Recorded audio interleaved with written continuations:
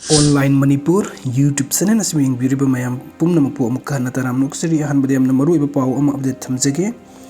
cookie militant सिंगना संजय लोकतो युम मई थरमले ngang खलवाई मनिंगदना नोंगमई अमदि बॉम कपसिलखरे सेप्टेम्बर 3 तो फगकसो इखाइदा थुमजिनदुना आर्मी गी बेरेक सिंग तखाइरगनी कोकोमी कुकी जो मिलिटेंट सिंगना मतम खरा मितेगी युम मई थाब लेपलोरब मतुंग दंगसी नहोनना खुंद्राकपम एसी गी मनुंग चनबा येंदौ पोकपीगी संजय लोकता मनाक्ता लेब मितेगी युमजाव अमा संगाई अमदि सक्संग यावनो मई थरम बगलोइना नोंगमई राउंड खरसु कपसिलमले थौदोक असि ngasi nungthin pung 4 gi minute kunrom tarakpada thokibani khunjasingna phungdorakpada yendau pokpi gi sanjay lok manakta singi taina mafamda angom tomba sahi humdra gani thoi yum aduda leibani mahaki masanupi ani mayum panraba matungda hojik yum aduda matai manaw khak leibani hairi kuki militant sing aduna singdagi nongmai kap kap tuna kum tharaklaga yum adu mai tharam laba matung makhoi khonglei thuna mafam adu thadok tuna satki matungda mafam aduda khungak pasing changsil laktuna makhoibu तानादुना नोंगमई कापखि अदुबु Kuki militant सिंग अदुना हन्ना सटखिबना नकल अनिगी मरक्ता अशोकपनि यावखिदे थौदोक असि थोख्रब मतुंग मफम अदुदा सगोलमांग पुलिस अमदि गोरखा रेजिमेंट की पर्सनल सिंग लाक्तुना यंगसिनखि मखोइना सर्च लाइट फावबा कापतुना थीखि अदुबु कुकी मिलिटेंट सिंग अदु चिंथक्ता लेबा मखोइगी बंकर दा अमुक हनखि मफम अदुदा चौरांगना बंकर 38 अमदि मियोइ 180 चाम मरफु फावबा लेरंबा याय हाइना कुंजासिंगना फोंदोरगली युम्बु तोंबना फोंदोरपदा यामना वाना साजबा युम असिदा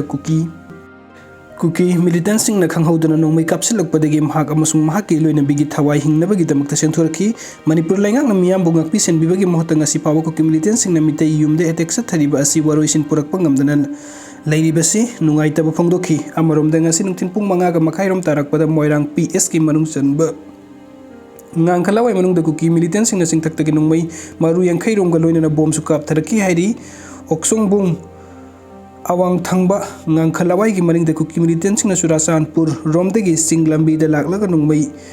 कापथरखिबा अदुदा खुलंगाकपा सिंगना मसांग थोकनबा खुद हनखी कुकी मिलिटेंट सिंगना कापनबदा इंडियन आर्मी सिजनबा MM81 बॉम्ब फावबा सिनरकपना किलोमीटर 4 रोम लापनरबा मितै खुल मयादा ताखी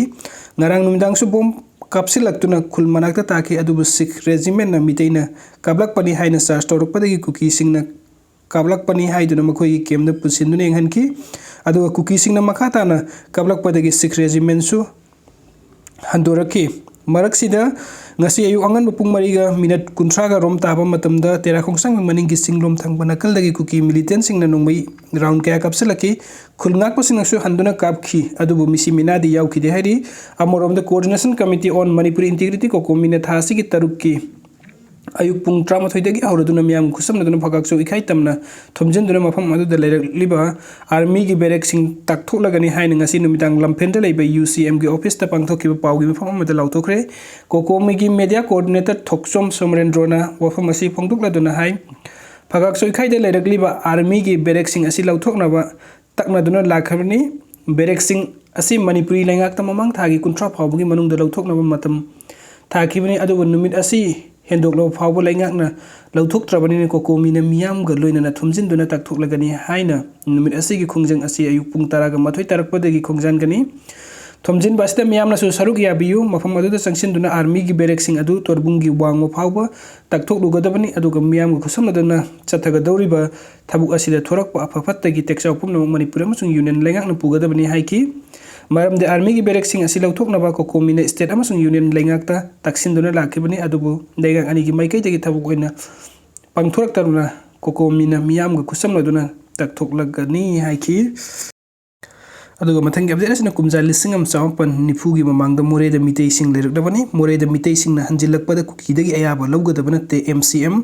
कुकी इनपी टेक्नोपलगी मथकता पुलिसना केस लौखले मे अहुमदगी हौरखिबा कंगलुप मसन की तमथीरबा लान मरम ओइदना मोरेदगी लांजिनरक्लिब मितै सिंग बाथोक असिगी वरुसिन पुरक्त्रिबा फावबा हंजिलक्तुना लैबा याबा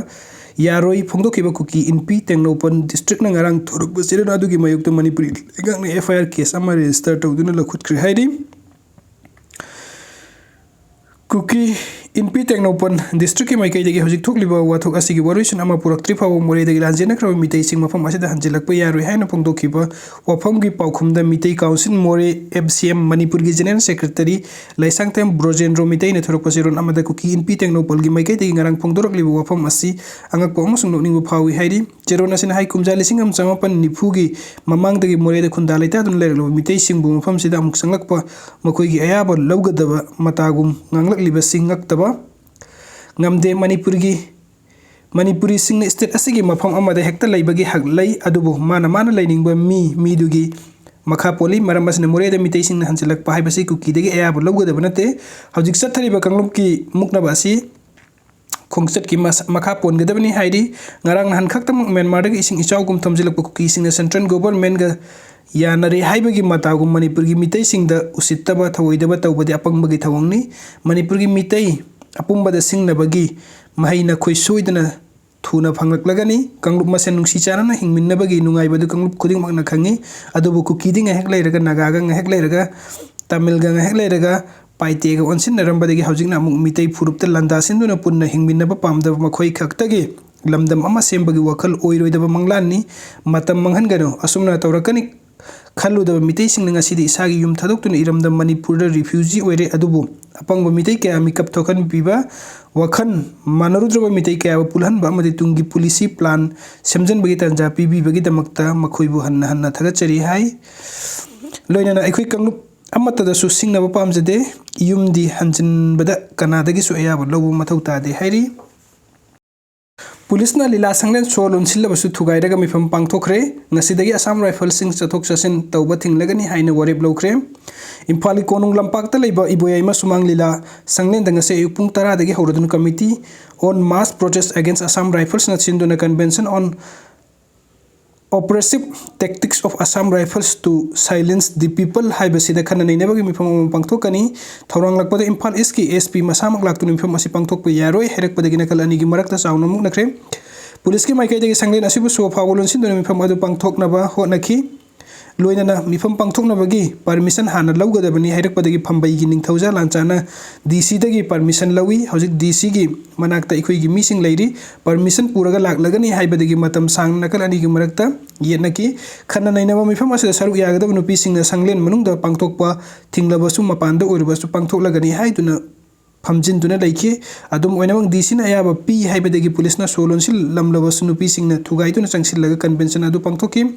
mifam asida saruk ya ki basing na kupna khanna raba matung da ahan bu warep tum matam kuinagi mamang dagi state asida Assam Rifles sing leirpaga loina na makoina aran ba thabuk sa tharpa state lengang na makoi gi mathakta akan ba thabuk laukhatre Assam Rifles narko Treta kuki sing khusam nabagi chingna ba pokpada natana hojik chat thariba lan asida mingchat mikhai naiba oppressive tactics sing chat tharakpa leptra nina makhoibu athuba matam da lauthuk kadamni haibaga loina na warep asi taksin bo oina haying September manga dagi Assam Rifles sing chathok chasin tawba pumnam mapung phana thinglagani haibagi ahan ba warep si lauki video sing bibagi damakta mayam pumnam pom ka hana thagachari anu update ki damakta nuksi biduna channel subscribe to biramu thank you so much